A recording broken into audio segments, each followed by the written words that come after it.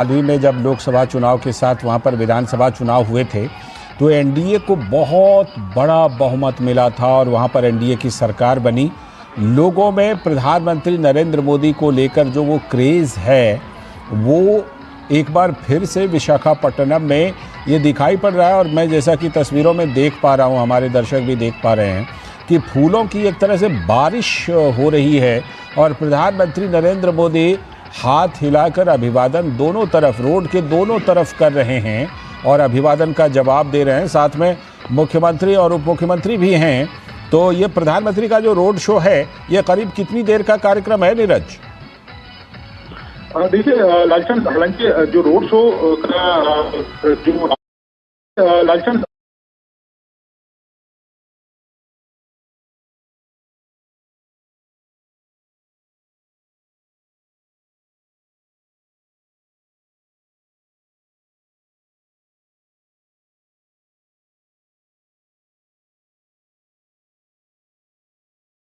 महिलाओं को लेकर प्रधानमंत्री देश के लोग सकते हैं और आप देखें कि महिला सशक्तिकरण की दिशा में कितना काम किया गया और उसी का नतीजा है कि आप देखें कि यहाँ महिलाएं पुरुषों से ज्यादा बड़ी संख्या में दिखाई दे रही हैं। क्योंकि पिछले आप देखें कि 10-11 सालों में लगातार महिलाओं को लेकर, महिलाओं की तरक्की को लेकर आपने देखा होगा शौचालय बनवाना, इसके अलावा उनको गैस के सिलेंडर मुफ्त में पहुंचाना, घरों में बिजली पहुंचाना, ये तमाम ऐसी योजनाएं हैं महिलाओं को। ठीक है नीरज, मैं आपके पास लौट, आप हमारे साथ बने रहिएगा। इस बीच हमारे सलाहकार संपादक विनोद मिश्र जी भी हमारे साथ फोन लाइन पर जुड़ गए हैं। विनोद जी, जो बात अभी नीरज के साथ मैं कर रहा था, अभी लोकसभा चुनाव के दौरान वहां पर विधानसभा का चुनाव हुआ और उसके बाद एनडीए को वहां पर ज़बरदस्त बहुमत मिली और आज फिर से वो तस्वीरें उसी बात की पुष्टि कर रही हैं। जिस तरह प्रधानमंत्री पर फूलों की बारिश करने के लिए भारी तादाद में वहां पर जनसैलाब उमड़ा है। लाल जी, आप ये कहें कि प्रधानमंत्री मोदी का इस साल का ये पहला रोड शो है। आप ये कहें कि प्रधानमंत्री मोदी के तीसरी टर्म का और ये पहला रोड शो है जो आज विशाखापट्टनम में कर रहे हैं। वो विशाखापट्टनम का रोड शो इसलिए भी इम्पोर्टेंट है, जैसा आप बता रहे हैं कि एनडीए गवर्नमेंट की जो बात आप करते हैं तो उस मामले में आंध्र प्रदेश ने झोली भर के प्राइम मिनिस्टर मोदी के को एक तरह से आशीर्वाद दिया है। तो जाहिर सी बात है कि जो पहली बार आंध्र प्रदेश में चुनाव जीतने और लोकसभा में केंद्रीय गठन के बाद और प्रधानमंत्री बनने के बाद ये गए हैं। तो ये लोगों का जो उत्साह है, लोगों के जो उमंग है, ये ऐसे ही नहीं है। आप कह सकते हैं कि आज जो प्राइम मिनिस्टर मोदी देश को जो एक बड़ा सौगात देने जा रहे हैं, 2 लाख करोड़ रुपए के जो प्रोजेक्ट की आज एक शुरुआत हो रही है, वो देश में आप एक कह सकते हैं कि ऊर्जा के क्षेत्र में एक बड़ी क्रांति की शुरुआत होने जा रही है। जो प्राइम मिनिस्टर मोदी जब आंध्र प्रदेश में विशाखापट्टनम में 65,000 करोड़ रुपए की प्रोजेक्ट की आधारशिला रखेंगे, ये ऊर्जा के क्षेत्र में आप कह सकते हैं कि एक बड़ी क्रांति की शुरुआत होने वाली है।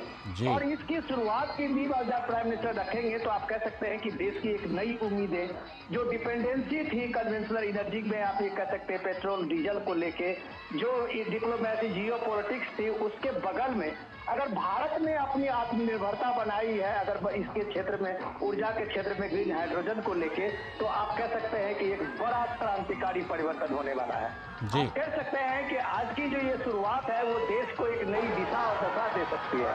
तो प्राइम मिनिस्टर की मोदी के जो रोड शो में ये बात लोगों को पता है कि ये ग्रीन हाइड्रोजन के बड़े प्रोजेक्ट को लेके विशाखापट्टनम में और 2 लाख करोड़ के ज्यादा के जो प्रोजेक्ट होने वाले हैं, वो इंफ्रास्ट्रक्चर के रूप में देश को किस तरह से एक नई क्रांति लाने वाली है, इसकी शुरुआत अगर जनवरी के फर्स्ट वीक में होने वाली है तो ये एक तरह से 2025 का एक नया आगाज है। लालचंद जी, बिल्कुल ये नया आगाज है और आंध्र प्रदेश में इस आगाज में ज़बरदस्त उत्साह भी दिखाई पड़ रहा है। लेकिन जो आपने ग्रीन हाइड्रोजन परियोजना का जिक्र किया है, मैं नीरज से ज़रा उसका और कुछ डिटेल लेता हूँ।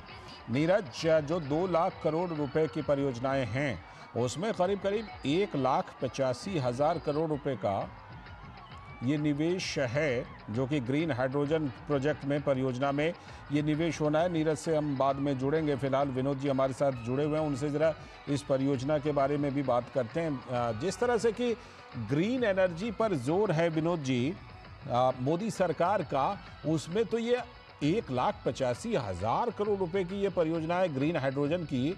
ये तो बहुत बड़ा दिन कहा जाएगा ग्रीन एनर्जी को लेकर, स्वच्छ ऊर्जा को लेकर, हरित ऊर्जा को लेकर। डेफिनेटली आप ये कह सकते हैं कि दुनिया जिस समय में कार्बन उत्सर्जन को लेके कोई अल्टरनेट ढूंढने में अभी तक नाकामयाब रही है, भारत ने एक तरह से लीड लेते हुए दिखाया है। भारत ने इसलिए ये लीड लेते हुए दिखाया है कि ये ग्रीन हाइड्रोजन जो है, एक तरह से हम लोग समझें तो ये कार्बन उत्सर्जन के जो ये संकट है उसमें एक संकट को कम करने में एक बड़ा योगदान देने वाला है।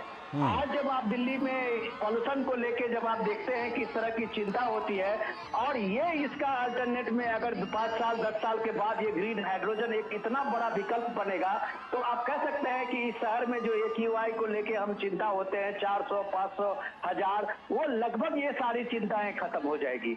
तो ये जो एक उम्मीद की किरण जगी है, और ये उम्मीद की किरण अगर आपको अगर विशाखापट्टनम से ये दिख रही है, तो आप कह सकते हैं कि आने वाले समय में भारत पूरे दुनिया को लीड करते हुए दिखेगा इस मामले में। और भारत एक नया संदेश भी देने की कोशिश कर रहा है उन विकसित देशों को जो एक तरह से भारत को हिदायत देते रहे थे कार्बन उत्सर्जन में, तो भारत ने इसकी पहल में आज लीड ली है।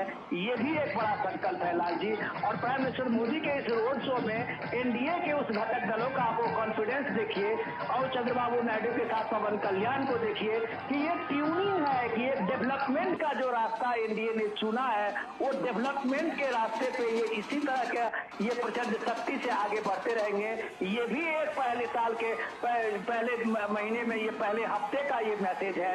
इस तरह के कई संदेश हैं आज पीएम मोदी के रोड शो में। और जब भी कभी प्राइम मिनिस्टर मोदी इस तरह के बड़े प्रोजेक्ट की शुरुआत करते हैं, एक बड़ी क्रांति की शुरुआत करते हैं, एक बड़े अभियान की शुरुआत करते हैं, तो वो जनता के बीच में करते हैं। और यही मकसद इस रोड शो का है, जो कम से कम वो इस चीज को जनता के बीच लेके आए हैं कि भारत आज किस तरह से दुनिया के सामने आंख से आंख मिलाने की स्थिति में है। और ग्रीन हाइड्रोजन की जो ये क्रांति होने वाली है, वो विशाखापट्टनम से आज से इसकी शुरुआत है।